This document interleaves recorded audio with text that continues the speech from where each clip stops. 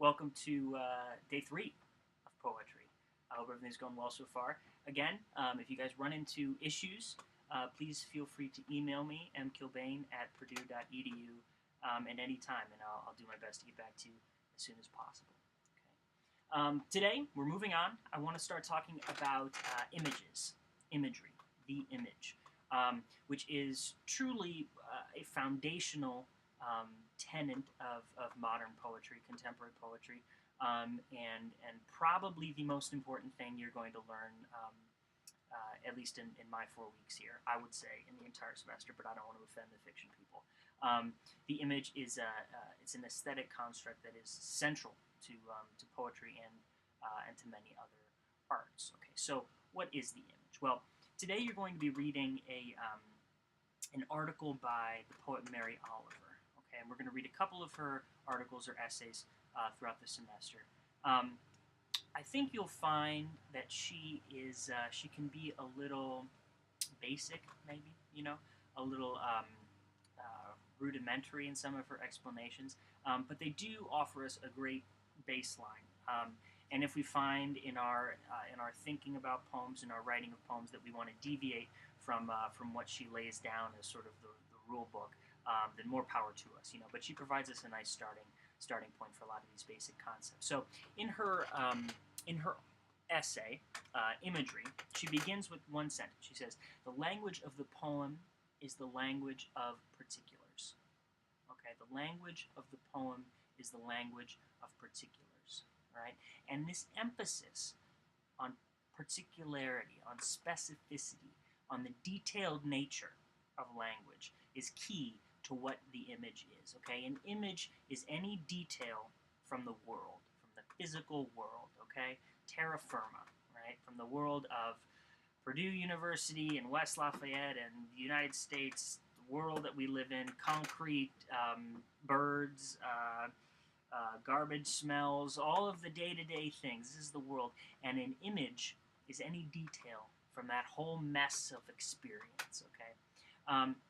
Now, how do we experience these details, these images? Well, obviously through our 5 senses, right? Okay, we see, we smell, we hear, we taste, we feel. Okay. So I'm going to be writing on all of your poems, I'm sure, at some point throughout the next 4 weeks. You're going to see me scribbling next to some, or not, I'm sorry, not scribbling. I would be scribbling if this was a typical semester, but I'll be typing, right? I'll be typing sensory detail, image, more images, more sensory detail. Okay, you're just going to invariably see that on my comments for your poems, and there's no way to get around it. Okay, I'm going to be putting a lot of pressure on you guys to come up with some interesting, detailed images, because that is at core, right, what poetry is. Okay, it's allowing the reader to see something from the world in a new way. And the way to make that happen is to describe something in exquisite detail, we might say. Okay, so just looking at 2 of the poems at random that you read from yesterday, the 2 Philip Levine poems. Okay, Belle Isle, 1949, and You Can Have It. Just look at the beginnings of each of these poems. These are pretty straightforward, narratively driven poems, right? But just notice the level of specificity of image here. Okay. We stripped in the first warm spring night. Okay, so we have warm spring night, first warm spring night, right? Not just any old spring. And ran down into the Detroit River to baptize ourselves in the brine of car parts, dead fish, stolen bicycles, melted snow.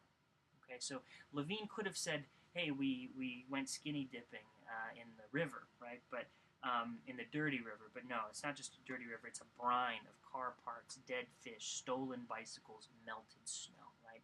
Exquisite detail, exquisite sensory detail, okay? And you can have it here. My brother comes home from work and climbs the stairs to our room. I can hear the bed groan and his shoes drop one by one. Even that, which seems simple, it seems fairly general language, right? But think about how much more specific that description is than simply my brother came home and took off his shoes, right? allowing us to, you can almost hear the bed groan, right, and the shoes drop one by one. You know, you can sort of hear those 1, 2, right? And so even, you know, it doesn't have to, specific details don't have to be laden with all these adjectives and all this fancy language, right? It just means you're taking something from the world that's specific, that a human being would notice on a day-to-day basis, and writing that down. Okay. 99 out of 100 times, the stranger the detail, the stranger the image, the better. Okay, what we want is newness, freshness. We want to see the world differently. Okay, we want to make the familiar world, which we experience every day, unfamiliar. Okay, we want to liven things up. Okay, sort of shake us out of our complacencies, if you will. Wake us up with some interesting use of language. So, an example, right? Not a great example, but just an example. Let's say that I want to write a poem about a bird, right? Birds, you know, kind of a throwaway poetry topic. Sure. Bunch of poems about birds. And my line is, I watched the bird land on the branch. You know, okay, fine. It's concrete, right? It's sensory, right? It's detailed, kind of detailed, right? But it's boring. Okay, the line isn't asking us to see that bird any differently than we would if we just looked out our own window and saw a bird landing, right? There's no tension in the image itself, right? Good images have some kind of conflict and some kind of tension. So here's an image, a correlative image with a great deal of tension. Think about instead of a bird on a branch, a hawk in a bird bath. Okay, a hawk, a big hawk that I see just kind of splash down in this tiny bird bath. Who knows what's going on there? It's a little bit mysterious, it's strange, it's new, it's fresh. Okay, there's conflict in that image because it's not something that we normally see, right? And a hawk is big, a bird bath is small, a bird bath is kind of domestic, a hawk is wild, you know, a bird bath is suburban, a hawk belongs in the wilderness, right? So there's tension in an image, there's an unusual nature of an image, and that's going to lead us to better poetry, better insights. Okay. So when you're writing your poems this week, which you should all begin to do, ask yourself: Is this am I using bird on the branch images, or am I using hawk in a bird bath image? Okay. And keep in mind that coming up with these specific, fresh images, new images, isn't just about being clever. You know, it's about really noticing the world in new ways. Okay.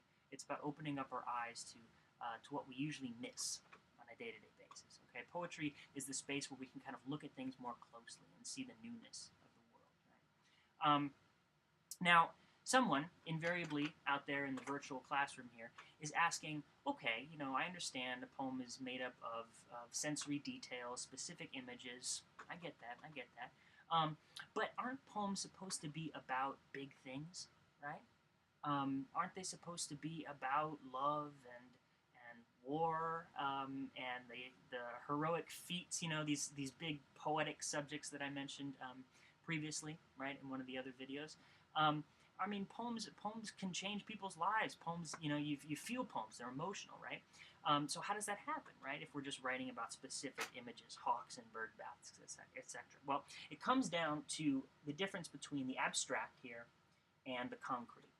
Okay, I'm going to pause here and talk about abstract and concrete in the next video because I think I'm just out of my YouTube time here. So hang with me here. Little teaser, abstract, concrete. I'll be with you again in a moment.